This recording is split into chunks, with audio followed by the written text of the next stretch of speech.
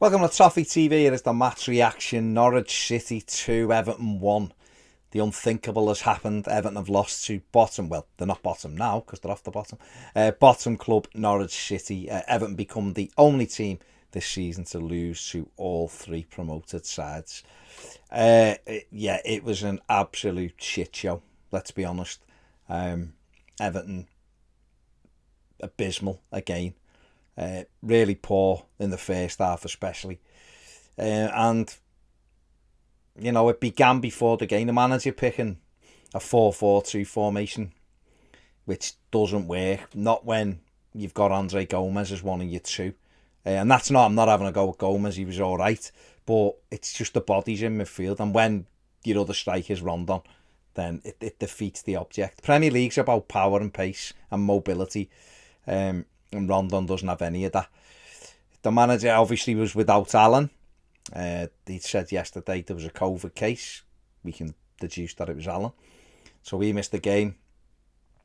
No place for Nathan Patterson to make his Everton debut yet. James Coleman was at right back. Michalenko at left back, and he went with Keane and Godfrey as the two centre-backs. In midfield, Gomez and Decore, like I said. He had Anthony Gordon, Damari Gray, and then Dominic Calvert-Lewin and Rondon up top, and Everton were behind early on.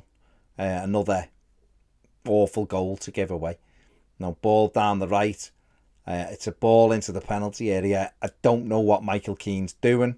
Stretching out a leg when facing his own goal, and we're 1-0 down. You know, and a really awful goal to give away, and you're up against it. You know, Everton conceded the first goal. I think it's 9 games on the run now. So it's just, playing catch up every game doesn't help. We then have a bit of the ball. We have a ball into the box, gets headed out. James Coleman has it. Good first touch. And then looks for Anthony Gordon, who was marked. And then decides to under-hit a pass to Gordon. Gordon waits for it. Lad nicks in. Off they go. Ball in behind. Keane stretching, can't get there.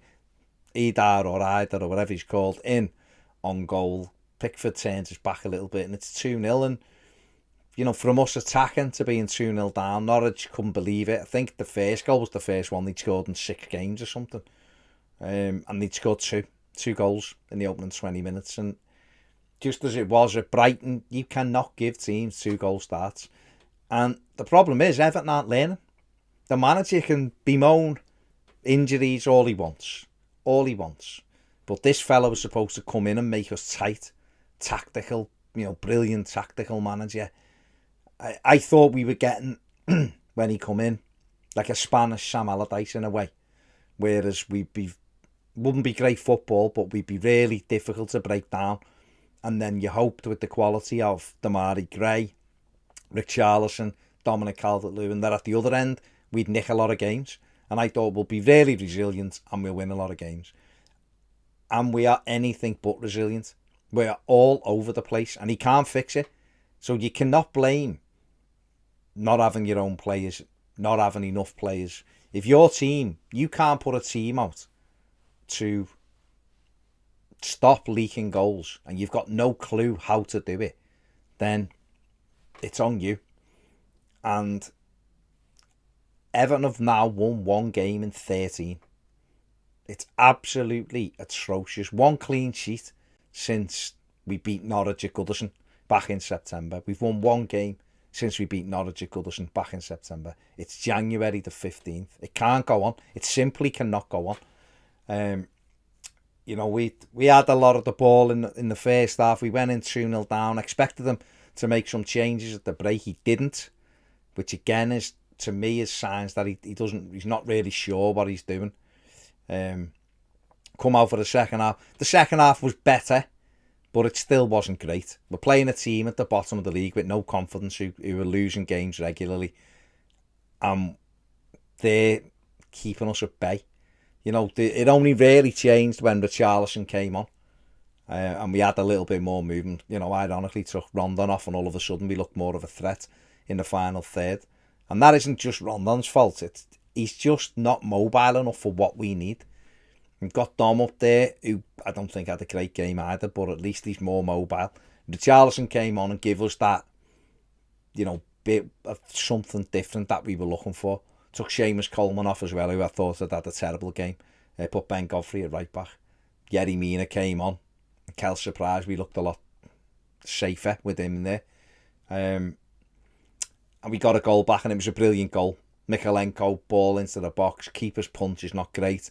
And Richarlison overhead kick into the back of the net to get us back. And 2-1 down, half an hour to go against the team at the bottom of the league. You think, right, just put them under pressure. They're wilting. And all we really had was half chances after that, and not a lot of them. We've ended with 60% possession, but Norwich had the chance to win it, make it 3-1 at the end. Rashica's hit the post. They've had a couple of shots from far out, which Pickford's had to save. And yet we haven't forced Tim Krul into anything, really, too taxing for him. In a game we had to win. These games are just coming and going. It's game 19 today. It's the halfway point.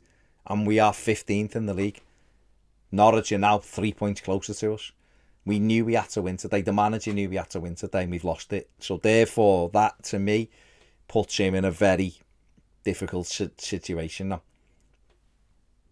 One win in 13 games it's embarrassing. It really is. And that, I don't know how you survive that. I really don't. And there'll be people who won't want to sack him for the reason that it's another manager, and I get that, fully get that. I kind of subscribe to that a little bit, but you can't leave someone in place if they're the wrong person. But it seems like this manager's never going to be able to unite the football club, and it's what we need, I think, more than anything. Who do you get? It's a difficult one, isn't it? It is a difficult one, but people are saying Duncan Ferguson. Well, Duncan Ferguson even want to take it. The way the club is, not everyone wants him. Would he want to risk it? If people are talking about Graham Potter, but Graham Potter ain't leaving Brighton to come to Everton. I don't think so. Lucien Favre didn't fancy Palace job, so it's a difficult one. But you cannot leave the wrong man in the job for the sake of it.